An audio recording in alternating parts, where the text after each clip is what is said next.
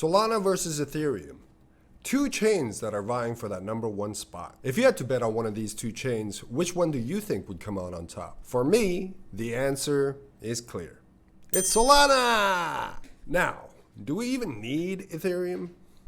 Let's unpack my thoughts here in the ultimate showdown between these two blockchains. Ladies and gentlemen, GM, and welcome to Degen Reports. Today we're looking at blockchains, specifically the heated debate that's going on between Solana and Ethereum. So which blockchain do you think is the best between these two? But first, make sure you hit that subscribe button, give me a like if you like me, and turn your noties on to stay up to date with everything that's going on in Degen land. Now, a little bit of history.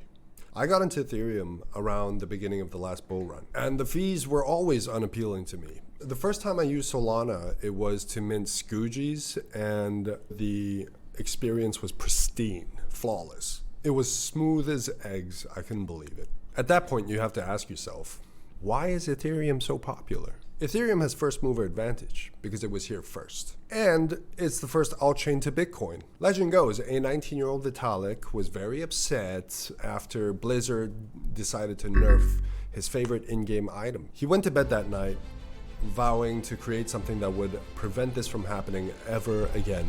And that's how Ethereum was born. Vitalik created Ethereum with smart contract functionality, which Bitcoin didn't have at the time. So think about it. We had Bitcoin and we had Ethereum, and finally we had one chain where we could do more than just transact, right? Which is all that we could do on the Bitcoin network. Send BTC here, receive BTC from there, that's it. But on Ethereum, you had decentralized finance protocols, and these DeFi protocols allowed us to do way more with our capital and explore different ways to augment it. Now let's dig into the structure of both chains. Why is Ethereum so expensive and slow at times? This is probably a good time to talk about the trilemma. Vitalik first introduced the trilemma in the Ethereum white paper.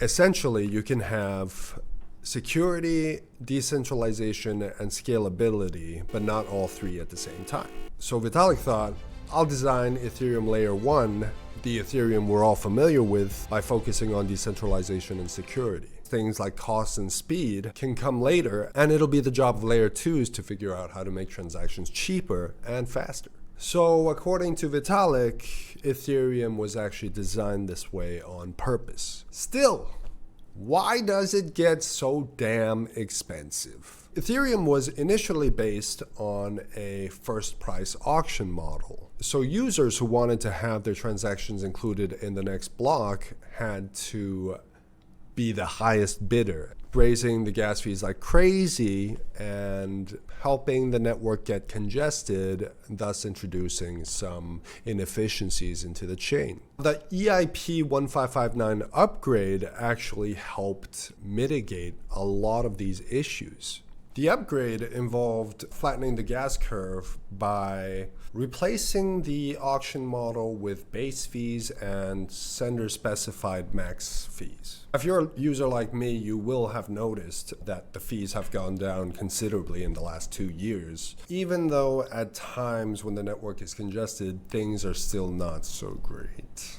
But that's because we're still on layer 1 apparently. Look, to be frank, the only layer 2 I've actually explored is Polygon, and it's not even a real layer 2, it's actually a glorified sidechain, right? Because Polygon, I don't know if you know this, Polygon actually does not inherit the security features of Ethereum layer 1, which is insane. But even if we were to look at real layer 2s like Arbitrum and Optimism, what's their TVL compared to Solana? So many folks compare Ethereum layer 1 TVL to Solana TVL, and I don't think that's a fair comparison, especially if we're not meant to be using Ethereum layer 1 and we're meant to be using layer 2 instead. Also, isn't a lot of that TVL that's locked in on Ethereum from Ethereum staking?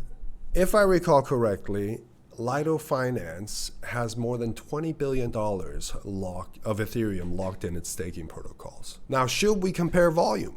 Because you could bet your ass that Solana volume kicks not just Arbitrum and Optimism out of the water, but Ethereum layer 1s as well. And you want to know why? because Solana is usable.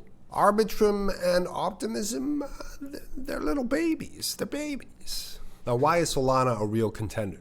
Because it looks like Solana actually does sort of resolve the trilemma problem, and it doesn't need a layer 2 to do it. It can do everything Ethereum does, but it can do it better and cheaper and faster and more efficiently and all of that. And it can do it on layer 1. Chartfu and I were actually talking about this on the Degen Hour on Twitter. Chartfu is the BDO of Magic Eden, and he's also the founder of Bitcoin Bandits, one of the OG ordinal projects. Bandits on top. Anyway, Chartfu saw someone asking a very interesting question. He said, if Ethereum and Solana were to come out today at the same time, would we even need Ethereum? Would anyone be using Ethereum? And I honestly don't think so. It is a fair question, and Ethereum still does hold the DeFi crown, to be fair, thanks partially to TVL. But these decentralized finance protocols, they are coming to Solana as well. We've got Jupiter, we've got Radium, we've got Orca. The ecosystem is growing rapidly. I heard someone make the point that there are many more devs working on Ethereum than there are devs working on Solana. As they should be, because obviously Ethereum needs a lot more work to be able to catch up to what Solana is doing right now. This reminds me of a concept that I read in a book called 0 to 1 by Peter Thiel. In it, he argues that sometimes being first isn't the best thing, it's actually the worst. Sometimes being last is the best thing, because you can still learn from the mistakes everyone else has made and come to dominate your market, which appears to be what Solana is doing. Of course, in this space, things can change rapidly. So if I'm wrong a year from now, don't quote me on this. If I'm right, though, quote me all you want, okay? But if I'm wrong, someone please remind me to delete this video. I'm not saying that Ethereum is on its last legs, but I am saying that it needs to figure out how to regain ground. Because with the Fire Dancer update, things are only going to get better from here for Solana. Now, are you convinced? All right, I bet you are. If you are convinced, let me maybe share with you a couple of the things I am looking at on Solana. In the NFT world, I'm looking at .NFT. The founder is King Fudd, and he genuinely cares about the project. I mention this because almost every project rugs in this space. When I invest, I like to look at founders, and then I like to ask myself 2 questions. Do they want it? As in, do they really want it? And 2, are they capable of getting it? In this space, no one can really answer question 2 because we're all new here. We're all explorers and risk takers together. But does Fudd really want it? I do think so. I genuinely think so. He's a character. I've been on a call with him. He's very cordial. I've been on a show with him. He's awesome. And I like to think I'm a pretty good judge of character. Keep in mind, in general, about NFTs on Solana and how the mindset of the space is. Due to the nature of Solana in that it's extremely cheap and fast, you can make a lot flipping. So you do have a lot of flippers on Solana. Obviously, not so much on Ethereum, since to flip anything, it might cost you an arm and a leg, and it might actually take a long time to do it as well. The Alpha Drop!